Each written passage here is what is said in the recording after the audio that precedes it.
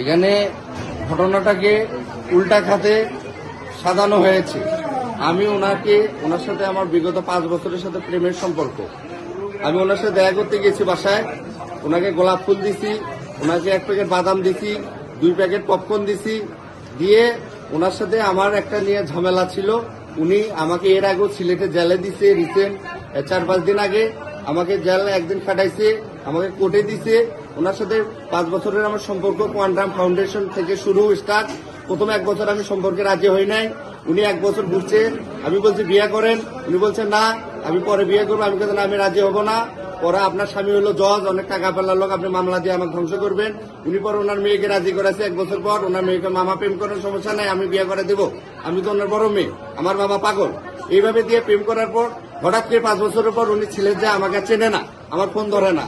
আমি হঠাৎ করে ট্রমার মধ্যে পড়ে যাই, ডিপ্রেশনের মধ্যে পড়ে যাই, উল্টাপাল্টার মধ্যে পড়ে যাই।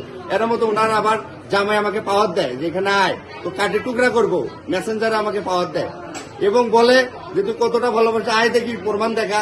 আর আমি যেহেতু তাসমিনার লুসিকে আমার জীবনের চাইতে বেশি ভালোবাসি, এই জন্য আমার সাহস দেখাতে আমি গেছি। ওখানে যাওয়ার পর ওরা আমাকে মারছে এই শাহজালাল ইউনিভার্সিটি পোলাপান দিয়ে। মারার পর ওরা আবার যেটা করছে সেটা হলো যে আমার থানায় দিছে। থানায় আমি সারা রাত 24 ঘন্টা থাকার পর জেলে কোর্টের আমি ওখান থেকে জামিনে আসি। এখানে আসার পর যেটা হয়েছে যে প্রথমে আমি ওনাকে দেই, সম্পর্ক ভালোই, ওনাকে বলি যে চলেন একটু টিপা দিয়ে দেয়, যেহেতু আপনি আমাকে ফোন ধরেন না, যে আমার তো আমার দম বন্ধ হয়ে যায়। আপনি 1 মিনিট করে আমার ফোন ধরেন আপাতত, পরে আপাতত সম্পর্ক না রাখিয়েন, 1 মিনিট করে সম্পর্ক রাখেন, না তো আপনি ফোন না দিলে আমার দম বন্ধ হয়ে আসে। চলেন টিপা দিয়ে আমরা একটু আলোচনা করি। উনি রাজি হলো। উনি রাজি হওয়ার পর প্রথমে বললে তুমি যাও আমি আসতেছি। আমার তো উনি এর আগে 6-7 বার ঘুরেছে যে চলো যাওয়া আসতেছি, যাওয়া আসতে আসে না, যাওয়া আসতেছি ফাঁকি দেয়, আসে না। এই জন্য আমার ভয় ধরে গেছে, এ তো আসবে না, চলো তোমার সাথে। এর মধ্যে উনি যে আবার পাশের রুমে গেছে, যা আবার পুলিশে খবর দিছে, দরজা দিয়ে পুলিশে খবর দিছে, আমাকে আবার পুলিশে দিবে, আমাকে আমার শাস্তি দিবে, আমাকে ভয় দেখাচ্ছে। যখন দরজা দিছে তখন আমার এর আগের বার আমার বাবা মান সম্মান চলে গেছে, ফুলছড়ি উপজেলা বিএনপির সাংগঠনিক সম্পাদক নির্বাচিত, তো তারও তো একটা সম্মান আছে। এটাকে কেন্দ্র করে আবার পুলিশে দিবে, আমি রাগতে মরছি, এবার কাছে মরলে মরবো। বাবার বারে বাবার মান সম্মান ইজ্জত মাথা নষ্ট করবো না, নিচু করাবো না। আমি ওই রাগতে বাবার সম্মানের কথা চিন্তা করে দরজা ভাঙছি।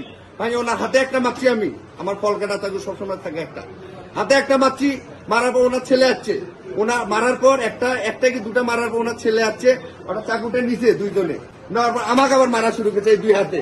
এই 2 হাতে যখন আমি প্রোটেক্ট দিতে পারি না, 2 হাতে আমাকে মারতেছে, অনবের যখন প্রোটেক্ট দিতে পারি না, তখন ওনার ছেলের আমি পায়ে কামড় দিচ্ছি। এরপরে ঘটনা আমি আর বলতে পারি না, এরপরে ঘটনা কি হয়েছে এতটুকু আমার মনে আছে।